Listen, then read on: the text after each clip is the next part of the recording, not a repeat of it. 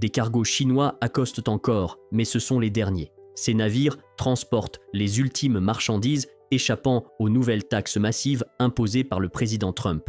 Une fois déchargés, le compte à rebours commencera. Bientôt, les importations venues de Chine se raréfieront. Les rayons commenceront à se vider, les prix grimperont, et avec eux, le spectre d'une récession. Licenciements, contraction économique, ajustements brutaux, les entreprises devront encaisser le choc et improviser pour survivre. C'est officiel. Les États-Unis s'apprêtent à entrer dans une période de pénurie, et personne ne sait jusqu'où cela ira. JP Morgan tire la sonnette d'alarme. Les importations en provenance de Chine pourraient chuter de 75 à 80% cette année. Alors êtes-vous prêt à voir les étagères se vider à travers l'Amérique ? Il y a encore un mois, quand certains évoquaient des pénuries à venir, beaucoup étaient sceptiques. Aujourd'hui, les experts se multiplient pour affirmer que nous faisons face à une crise d'une ampleur historique. Les grandes enseignes, elles, disposent encore de quelques semaines de stock. Mais après cela, la réalité s'imposera. Les ruptures deviendront visibles, inévitables. Et pour les petits commerces, ce sera encore plus rapide. Dimanche dernier, un correspondant s'est rendu dans une petite épicerie discount aux États-Unis. Un magasin comme tant d'autres où l'on trouve aussi bien de l'alimentaire que des produits importés de Chine. Mais ce qu'il a constaté sur place était saisissant. Les rayons étaient déjà à moitié vides.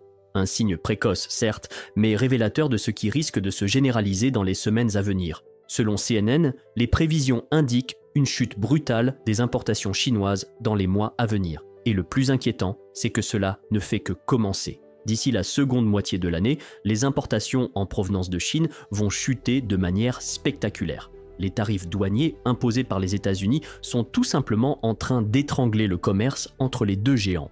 Donald Trump ne cesse de le répéter. Le nombre de cargos en provenance de Chine a diminué de 60% rien qu'en avril. Une statistique confirmée par Flexport, une société spécialisée dans la logistique mondiale. Et ce n'est pas fini. JP Morgan prévoit une baisse allant jusqu'à 80% des importations chinoises vers les États-Unis dans les mois à venir. Le message est clair, les consommateurs américains doivent s'attendre à des perturbations comparables à celles de la pandémie. Les stocks qui avaient été constitués avant l'entrée en vigueur des tarifs sont en train de s'épuiser. D'ici quelques jours, on assistera à une flambée des prix, des pénuries de plus en plus fréquentes et des rayons totalement vides. Le secrétaire au Trésor, Scott Bessent, lui-même l'a reconnu. Cette politique tarifaire n'est pas soutenable à long terme. Même Trump s'attend à devoir réduire ses tarifs. Mais selon les experts, il faudrait les baisser de plus de moitié pour espérer un redémarrage significatif des échanges. Mais à ce stade, le mal est déjà fait. Même si les tarifs douaniers étaient allégés dès demain, le choc économique serait déjà là. Il faudrait des semaines, voire des mois, avant de pouvoir remplir à nouveau les rayons américains. Et ce qui arrive pourrait bien être catastrophique. Ryan Peterson, PDG de Flexport, connaît ce système mieux que quiconque. Son entreprise, spécialisée dans la gestion des chaînes d'approvisionnement, accompagne des milliers d'entreprises dans le monde. Il gère tout, de la réservation de l'espace sur des avions ou des cargos géants, jusqu'à la paperasse la plus complexe.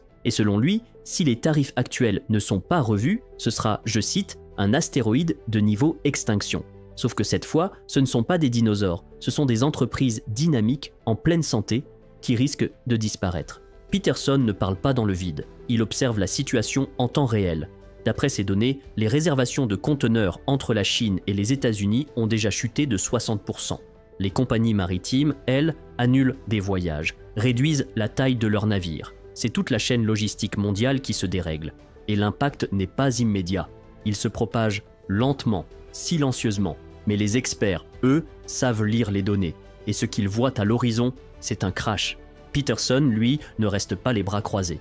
Ces dernières semaines, il s'est rendu à Washington pour plaider auprès des décideurs. Son message est clair, si rien ne change, des milliers de petites entreprises feront faillite et des millions de personnes pourraient perdre leur emploi. Flexport supervise environ 1% de l'ensemble du commerce américain, une visibilité unique sur la réalité du terrain. Et ce qu'il constate est tout sauf rassurant. Voici une vérité que beaucoup ignorent. Des milliers de produits vendus aux États-Unis sont fabriqués exclusivement en Chine. Et non, on ne peut pas les remplacer du jour au lendemain. Créer de nouvelles usines, établir des chaînes d'approvisionnement alternatives, cela prend des années. Prenons l'exemple de Lego, le plus grand fabricant de jouets au monde.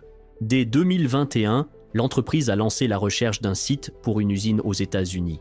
Initialement, la production devait débuter fin 2025. Mais aujourd'hui, le lancement est repoussé à 2027. Si un géant comme Lego met 6 ans à construire une seule usine, que peut-on attendre des petites entreprises? Et les jouets ne sont qu'un exemple. La Chine domine également dans les domaines des composants électroniques, des capteurs optiques, des panneaux solaires, des produits en plastique, des textiles, et même de certains capteurs et puces automobiles. Beaucoup de ces articles ne peuvent tout simplement pas être remplacés rapidement, ni par une production locale, ni par d'autres pays, surtout pas à court terme. Alors la question est simple. Comment remplacer les 438 milliards de dollars d'importations chinoises qui remplissent nos rayons chaque année? La réponse est brutale, on ne peut pas. Et les étagères continueront de se vider, jusqu'à devenir complètement vides. Il y a un autre domaine où la dépendance envers la Chine est bien plus dangereuse qu'on ne l'imagine, les médicaments. La majorité des principes actifs, ces substances essentielles qui composent nos traitements, sont produits en Chine. Antibiotiques, médicaments pour le cœur, traitements contre le cancer, tous dépendent massivement d'une seule source. Si les expéditions de ces composants venaient à être interrompues durablement, les conséquences seraient tragiques. Et pas seulement économiques. Médicalement, cela pourrait coûter des vies. Mais ce n'est pas tout. L'impact logistique s'intensifie partout aux États-Unis. Des licenciements massifs se profilent, car les chaînes d'approvisionnement tournent au ralenti. La Californie du Sud sera l'un des premiers points d'impact. Plus de 70% des travailleurs portuaires vivent dans un rayon de 16 km autour du complexe portuaire de Los Angeles. Les communautés de San Pedro, Wilmington ou Long Beach seront les premières touchées, selon Gary Herrera, président du syndicat des dockers, mais elles ne seront pas les seules. L'empire intérieur de Los Angeles, Riverside, San Bernardino, qui sert de plaque tournante logistique pour des géants comme Walmart ou Amazon, va également souffrir. Sans oublier Bakersfield, Barstow et leurs lignes de fret ferroviaire. Tous sont vulnérables. Et avec des délais de transit maritime pouvant aller jusqu'à 55 jours selon la destination, même des villes éloignées comme Chicago, Houston ou New York commenceront à sentir la tempête, dans quelques semaines à peine. Un expert de l'industrie a trouvé les mots justes. Cette crise, c'est comme un tsunami à vitesse lente. Au début, on ne remarque rien, puis l'eau commence à se retirer. Et quand on comprend ce qui se passe, il est déjà trop tard. Même si Donald Trump parvenait à un accord avec la Chine dès cette semaine, il est peu probable que cela règle quoi que ce soit rapidement. La chaîne logistique mondiale est un système complexe, fragile et lent à réinitialiser. Evan Smith, PDG d'Alana Technologies, une entreprise spécialisée dans la gestion des chaînes d'approvisionnement, alerte. Ce que nous vivons, c'est un choc massif. Un choc qui se propage comme un fouet à travers tout le système. Et même en cas d'accord immédiat, il faudrait entre 9 et 12 mois pour que les flux commerciaux retrouvent une certaine normalité. Pendant ce temps-là, la Réserve fédérale américaine est prise au piège. Les prix augmentent à cause des pénuries. L'inflation menace de repartir à la hausse. Alors la Fed devra choisir, augmenter les taux et risquer la récession, ou ne rien faire et regarder les prix s'emballer. Dans les deux cas, le danger est là. Instabilité économique, volatilité des marchés et conséquences politiques imprévisibles. Il y a tout de même un point d'espoir. La Chine semble prête à entamer des négociations avec l'administration Trump. Mais attention, Pékin refuse catégoriquement de céder sous la pression. Il n'est pas question pour eux de négocier sous la menace. Certains espéraient que les États-Unis allégeraient les tarifs douaniers pour inciter la Chine à s'asseoir à la table des discussions. Mais Trump, lui, reste inflexible. Lorsqu'on lui a directement demandé s'il comptait lever les taxes pour initier les négociations, sa réponse a été sans équivoque. Non. Cette fermeté révèle une stratégie plus large. Trump utilise les tarifs comme une arme économique pour défendre les intérêts des États-Unis et limiter l'influence mondiale de la Chine. Mais même si des pourparlers débutaient demain, il faudrait encore plusieurs mois avant d'espérer un quelconque accord. Et pendant ce temps-là, la crise continue de s'aggraver. Chaque jour compte. Chaque cargaison manquante se répercute sur les rayons, les entreprises et les familles. Un conseil, si vous avez besoin d'un produit fabriqué en Chine, procurez-vous-le maintenant. Car Donald Trump ne semble pas prêt à reculer. Au contraire, la dernière décision de Trump vient de tomber. Une nouvelle taxe de 25% est appliquée sur la plupart des pièces automobiles importées.